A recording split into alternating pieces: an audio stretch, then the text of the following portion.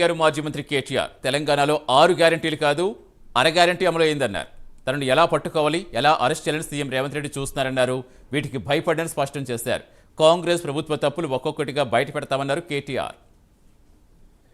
అందరి మనసు నిండా ఇయ్యాల ఒకటే ఒకటి ఉన్నది, ఎప్పుడు ఎలక్షన్ వస్తుందా, ఎప్పుడు వాత పెడదామా ఈ కాంగ్రెస్ వాళ్ళకనే కోపం ప్రజల్లో బలంగా ఉన్నది. మనం చేయవలసిందల్లా ఒకటే, మనం వీళ్ళకు సిక్కకుండా దొరకకుండా రాజకీయం చేయాలి.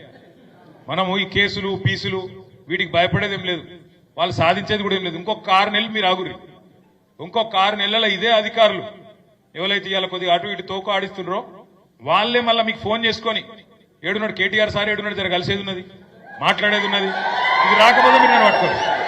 ఎందుకంటే ప్రజాస్వామ్యంలో ప్రజాశక్తికి మించిన శక్తి ఇంకోటి లేదు.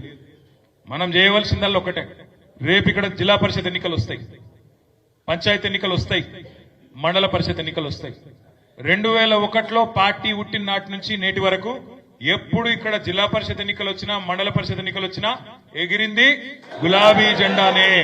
రేపు కూడా ఎగిరేది గులాబీ జెండానే. దాంతో మళ్ళీ వీళ్ళకి దడ ఉడుతుంది, దాంతో దడ ఉడుతుంది, భయం ఉడుతుంది. అయిపోయింది రా.